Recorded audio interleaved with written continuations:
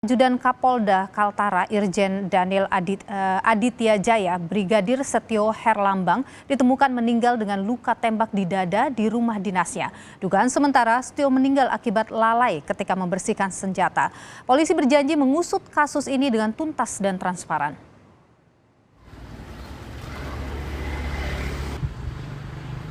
Rumah keluarga Brigadir Setio Herlambang masih terus didatangi pelayat. Jenazah Brigadir Setio Herlambang yang merupakan ajudan Kapolda Kalimantan Utara atau Kaltara Irjen Daniel Aditya Jaya telah dimakamkan di Weleri, Kendal, Jawa Tengah. Brigadir Setio tewas dengan luka tembak pada Jumat 22 September 2023 lalu di rumah dinas Kapolda Kalimantan Utara Irjen Daniel Aditya Jaya. Kapolri Jenderal Listio Sigit Prabowo memerintahkan Kapolda Kalimantan Utara Irjen Daniel Aditya Jaya mengusut tuntas kasus kematian Brigadir Setio Herlambang secara transparan. Kapolri juga telah memerintahkan Bareskrim dan Puslapfor untuk ikut mengusut kasus ini. Saya perintahkan kepada Pak Kapolda bahwa terkait dengan peristiwa yang terjadi ini betul-betul diusut secara cermat, secara tuntas. Saya kira penyelidikan saat ini masih berjalan. Saya juga tidak mau tergesa-gesa karena kemarin juga sedang dilaksanakan otopsi dan tentunya di luar otopsi tim lapor juga bekerja dan ini semuanya akan menjadi satu kesatuan yang kemudian menjadi kesimpulan di dalam hasil penyelidikan nanti. Sebelumnya, atas permintaan keluarga, polisi telah mengotopsi jenazah Setio Herlambang di Rumah Sakit Bayangkara, Semarang. Menurut polisi, dari hasil otopsi, kematian Setio Herlambang akibat luka tembak di dada kiri yang menembus jantung hingga paru-paru. Dari hasil otopsi yang disampaikan oleh Kapidokes Polda Jawa Tengah, kematiannya akibat luka tembak di dada sisi kiri yang menembus ke jantung dan paru mengakibatkan pendarahan hebat. Hasil otopsi secara lengkap belum diumumkan secara resmi, namun berdasarkan kronologis yang disampaikan Polda Kaltara, Brigadir Setio Herlambang ditemukan tewas di dalam kamar di rumah dinas Polda Kalimantan Utara pada Jumat 22 September 2023 jam 13:10 waktu Indonesia bagian tengah. Di samping jenazah Brigadir Setio ditemukan pistol jenis HS-9 yang merupakan inventaris dinas. Hasil penyelidikan sementara Polda Kalimantan Utara menunjukkan Brigadir Setio diduga tewas akibat kelalaian saat membersihkan senjata api. Pakar forensik menilai penyebab kematian bisa dianalisis dari luka tembak. Sebab antara pembunuhan, bunuh diri atau karena kelalaian memiliki karakteristik luka yang berbeda.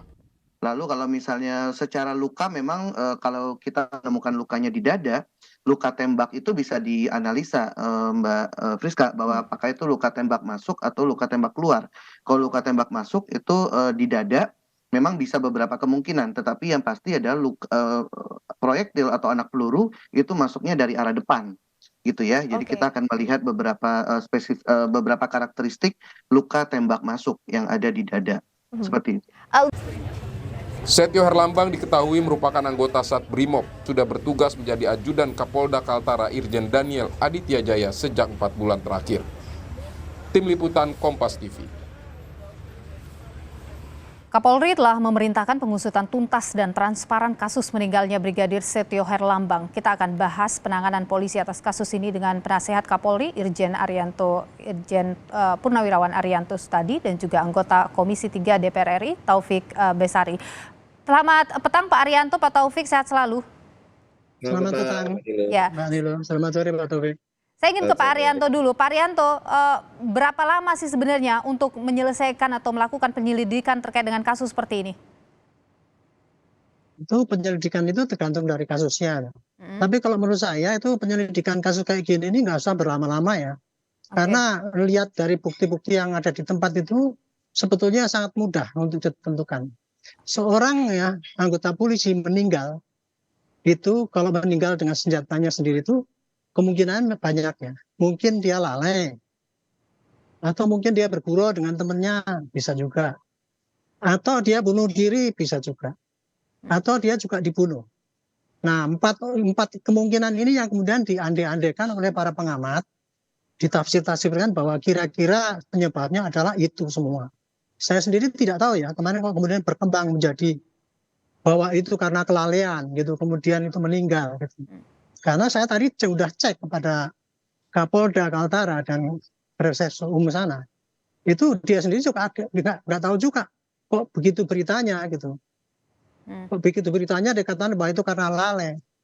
Nah, tadi siang diadakan gelar perkara ya. Saya ngecek bagaimana perkembangannya, dan ternyata dari gelar perkara itu sudah ada titik-titik terang. Tapi saya tidak akan membuka ya hasilnya karena nanti disangkanya saya sok pengen cari muka ya. Tetapi kemungkinan itu kan tadi saya katakan ada 4 itu ya.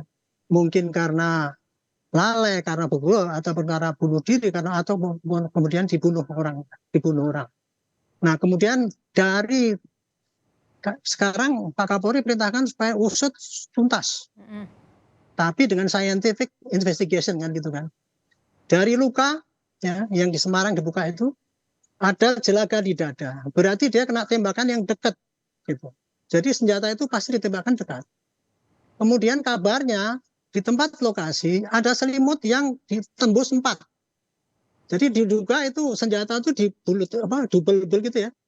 Kemudian ditembakkan gitu, dar gitu ke badan sendiri. Dan kemudian dari saksi yang di sekitar itu juga menyatakan suaranya tidak menggelegar seperti suara yang biasa.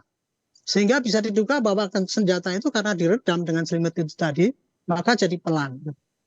Jadi dari data-data itulah kemudian dari CCTV juga demikian ada luka karena di dalam kamar itu tidak ada CCTV ya. Kemudian itu ada hanya peluru yang keluar dari kaca. Jadi peluru itu tembus dada, menembus kaca. Sakti sekitar situ dia ketika begitu dengar ledakan datang ke situ tidak ada orang lain. Jadi patut diduga dia itu sendirian di situ. Jadi sekarang ya kemungkinannya kalau saya pribadi ya kemungkinan bunuh diri. Oke. Kemungkinan itu paling. Dan satu lagi yang berita yang saya perlu koreksi ya. Saya tanyakan kenapa kok kemarin kan dianalisis kenapa kok di rumah Kapolda ajudannya Pak Kapoldanya ke sana kok nggak ada di situ. Itu yang meninggal itu katanya itu pengawal pribadi dan meninggalnya di ruang istirahat di mana sedang lepas dinas. Itu yang kenyataan yang ada di lapangan begitu. Jadi kesimpulan dan pengawal pribadi itu tidak selalu menempel dengan Kapolda. Kalau lepas dinas tidak dong. Kan pengawal pribadi kan dinasnya kan terbatas juga. Kalau lepas dinas dia di situ. Saya dulu waktu Kapolda juga punya itu kamar untuk tidur para pengawal pribadi itu. Kalau lepas dinas ya dinas, kalau lepas dinas ya ada di situ. Kira-kira itu penjelasan saya yang saya terima dari sumber dari Kalimantan Utara. Jadi di sini saya ingin itulah kenyataan yang terjadi yang saya ingin kok yang viral jadinya kok dituduh-tuduh menutupi kejadian kayak apa. Mudah-mudahan Kapolda Kaltara ini segera nanti ekspos hasil gelar tadi sehingga publik tidak menjadi kebingungan dan tidak berkembang liar berita-berita yang diandai-andai. Benar, itu yang sekarang saat ini ditunggu oleh publik juga. Saya ingin ke Pak Taufik, ini kan DPR juga meminta agar ini dibuka secara transparan begitu. Apakah DPR juga sudah misalnya mendapatkan laporan atau bertanya ke Polri terkait dengan proses penyelidikan yang berlangsung saat ini? Ya tentu kita meminta agar Polri menuntaskan kasus ini setuntas-tuntasnya dengan proses yang transparan ya karena ini penting agar kemudian masyarakat tidak menduga-duga macam-macam dan kemudian apapun nanti hasil dari proses penyelidikan ini ketika sudah diungkap dan mendapatkan kesimpulannya ya masyarakat bisa percaya karena prosesnya dilakukan secara prudent, secara hati-hati, cermat dan transparan ya kalau misalnya tidak dilakukan secara cermat, hati-hati dan transparan, kita khawatir bahwa masyarakat kembali tidak memberikan kepercayaan kepada Polri. Karena apa? Karena memang terus terang masyarakat ini kan masih trauma ya dengan kasus yang pernah terjadi sebelumnya yaitu kasus Sambo. Nah ini tentu menjadi pelajaran yang sangat berharga agar penuntasan kasus ini bisa dilakukan. Bagaimana kemudian DPR Pak Taufik mengawal ini supaya Polri benar-benar bisa transparan menceritakan ini atau memberikan ekspos kepada publik terkait kasus ini? Ya, pertama-tama sebenarnya kalau saja tidak ada peristiwa sebelumnya seperti kasus Sambo tentu pengusutan dan penyelidikan kasus ini cukup dilakukan oleh Polda Kaltara ya. Tetapi karena kita harus juga belajar dari pengalamannya di masa yang lalu, maka menurut saya ada baiknya ini semua diambil alih oleh Mabes Polri ya. Propam juga sudah ikut turun juga di sini.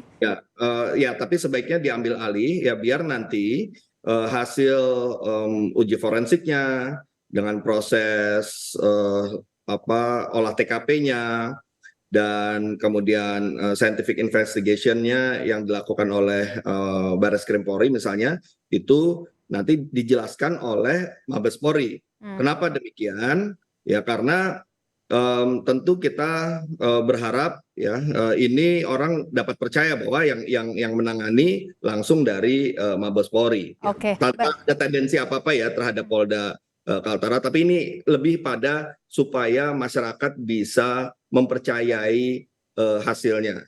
Dan perlu juga bisa melibatkan pihak-pihak eksternal dalam gelar perkaranya ya sehingga apapun nanti temuannya bisa dapat dipercaya. Nah, tapi ada satu hal yang juga saya harapkan, ini kan sudah berkembang di awal bahwa ada keterangan ini akibat dari kelalaian, ya. Nah, kalau menurut saya kita buat status quo dulu, buat dinolkan dulu, buat ini belum ada dugaan penyebabnya dulu, sampai pada kesimpulan akhir, ya hasil penyelidikan ini dengan memperhitungkan misalnya posisi senjatanya seperti apa, jaraknya berapa, ya posisi lubang pelurunya dalam posisi atas, bawah, berapa derajat dan sebagainya. Sampai itulah balistiknya ya. Betul, sampai disitulah baru keterangan itu yang akan dipakai. Kalau tidak, ya kalau misalnya dari Polda Kaltara sudah terlebih dahulu ya menyampaikan dugaan ini, ya akhirnya kan berkembangnya macam-macam. Baik. Saya ke Pak Arianto. Tadi itu Pak Arianto yang disebutkan oleh Pak Taufik. Ini kan dari awal Kabid Humas Polda Kaltara itu menyebutkan ada kelalaian, bukan bunuh diri dan lain sebagainya. Terus kemudian ada perubahan lagi dan sebagainya. Itu yang menimbulkan banyak pertanyaan yang muncul, termasuk juga dari pihak keluarga. Nah, bagaimana itu Pak Arianto untuk apakah perlu diambil status quo tadi yang disebut oleh Pak Taufik misalnya untuk meyakinkan publik?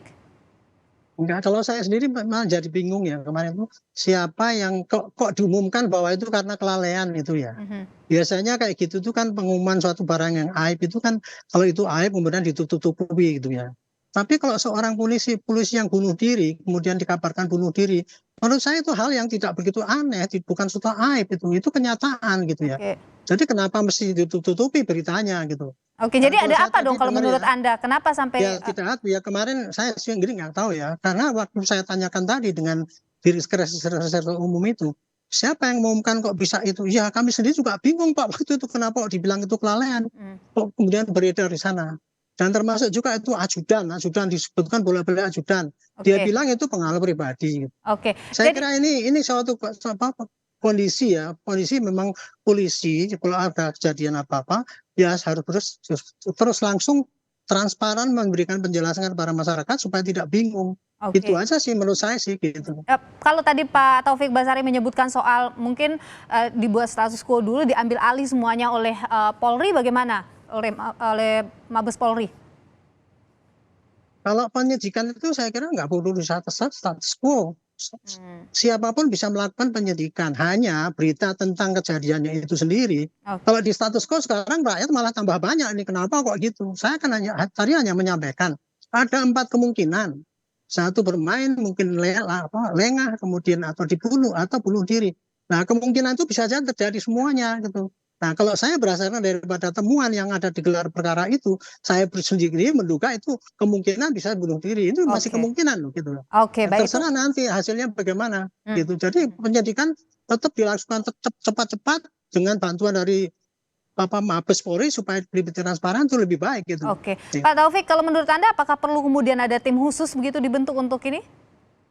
Ya nggak, sebenarnya kan ini sudah ada pihak dari Barreskrim Polri dan Divpropam Polri ya yang sudah membantu ini. Nah, cuman kan yang kita ingin kawal adalah ya bagaimana proses ini dilakukan secara transparan dan profesional, ya akuntabel, ya sehingga hasilnya nanti itu dapat dipercaya oleh publik, sehingga publik tidak kemudian menduga macam-macam. Ini kan soal trust ya. Ya. Oleh karena itu maka yang saya maksud status quo itu adalah dugaan sementaranya dianggap belum ada dugaan sementara sampai pada kesimpulan. Itu maksud saya.